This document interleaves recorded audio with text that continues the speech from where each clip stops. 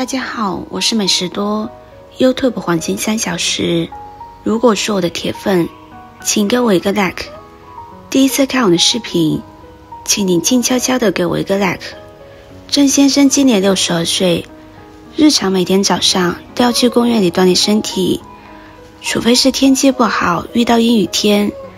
不然每天都是早上6点就出门去公园晨走。老郑说，之所以选择晨走，是觉得这项运动做起来最简单，是自己力所能及的，而且听说走路也是最健康的运动之一，还听说走得越快越好，还更长寿。于是快走成为老郑最爱的运动方式。那么走的速度快的人和慢的人，谁更健康呢？研究证明，走路快的人健康长寿，人的一生几乎每天都在走路，而世界卫生组织也把走路称为最好的长寿运动。坚持走路能给身体带来很多的好处。生活中每个人都有自己的走路习惯和走路节奏，有些人天生走路就比较慢，也是慢节奏的走路频率，觉得这样走最舒适自在。而有些人习惯走路走得快，可能受身边环境的影响，而不是不快不走，也可能是天生习惯快走的节奏。总之，不同的人都有各种各式的走路习惯。但是要说走路的速度能看出寿命的长短，相信很多人的第一反应就是胡扯。其实还真的有科学家正经的研究过。中国的莱斯特大学曾对47万平均年龄为52岁的人做过一项长达10年的研究，结果发现，在这些研究对象里，快走的女性预期寿命长达86.7至87.8岁，快走的男性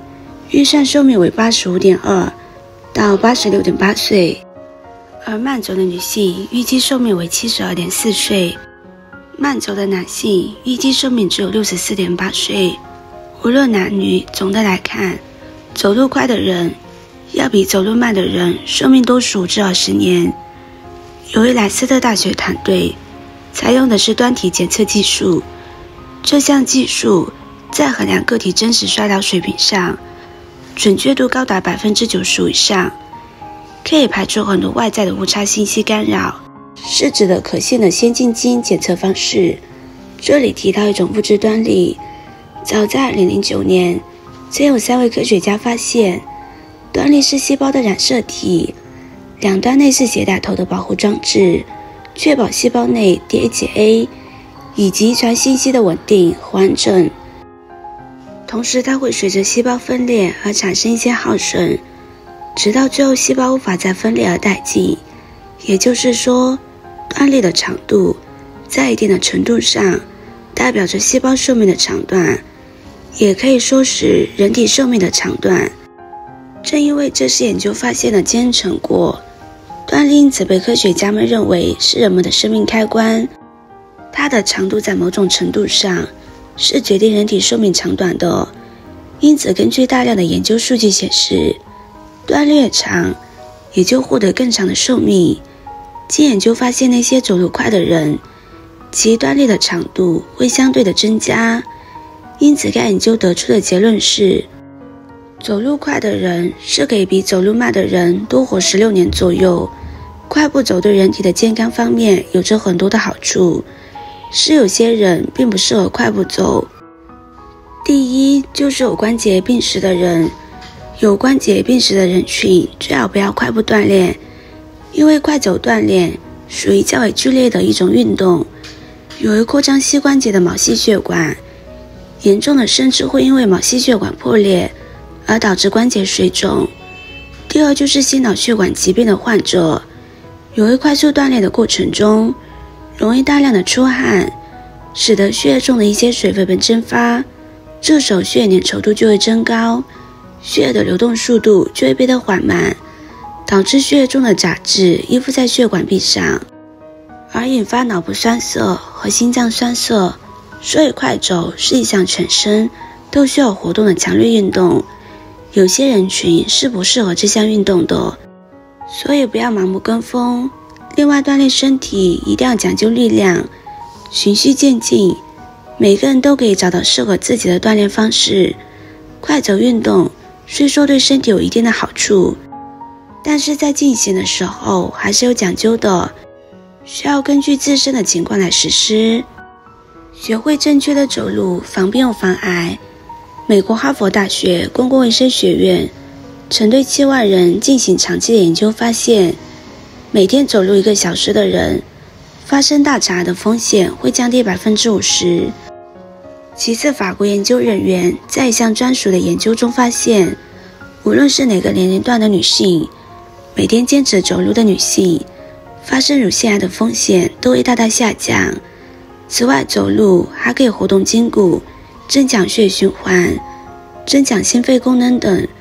对身体健康起到一定的促进作用。想要走路更健康，就要做到以下4点。1. 学会正确走路姿势。正确的走路姿势应该是收腹，抬头挺胸，整个人要有一种背壁上提的拉伸感，视线与地面相平衡，同时身体的重心稍向前移，双脚落地时有一定的节奏感，手臂放松，肘部自然弯曲，跟着快走的速度节奏的同时，摆动在双臂。2. 选择平坦的区域，避免崴脚受伤。运动时要保证地面平坦，最好是选择公园或者是操场之类的地方，最好是塑胶场地，这相对于水泥地来说，可以更好地保证人体的运动安全。更值得注意的是，要尽量避免在车多的地方进行快走，很容易引发交通事故。另外，也不要选择台阶过多的公园，频繁的上下楼梯增加崴脚的几率，也会使得膝关节承受的压力增大，对人体的膝关节造成一定的伤害。3. 掌握走路的速度，1秒2秒是最佳的走路速度，每天走6000步才能够达到改善健康的作用。这里需要注意的是，这6000步应该是在同一时间段一次性的走完。你也可以根据自身的情况来制定快走的目标，每一个人的身体状况都不一样，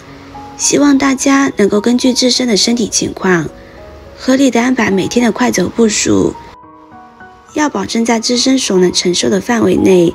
循序渐进的进行快走锻炼，尽量保持自在。快走的过程中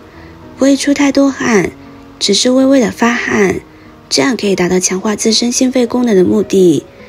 也可以达到健身减肥的效果。60岁的老年人在运动时能不能说话或者唱歌，也可以判断他的运动强度。有老人边运动还能唱歌，说明运动强度太小；如果运动时话都懒得说，说明他的运动强度太大。在快走的过程中，你可能有点上气不接下气，一旦你感觉说不出话来，就尽力放慢速度。步行是生活中很常见的锻炼方式，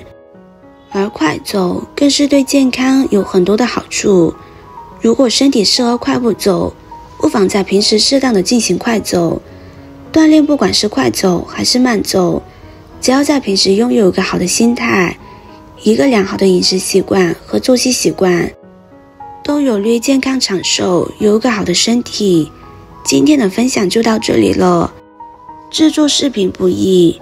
如果您觉得今天的分享对你有帮助的话，可以分享给身边的朋友，别忘记点赞、收藏，点击我的头像，可以看到更多的精彩内容。我们下个视频见啦！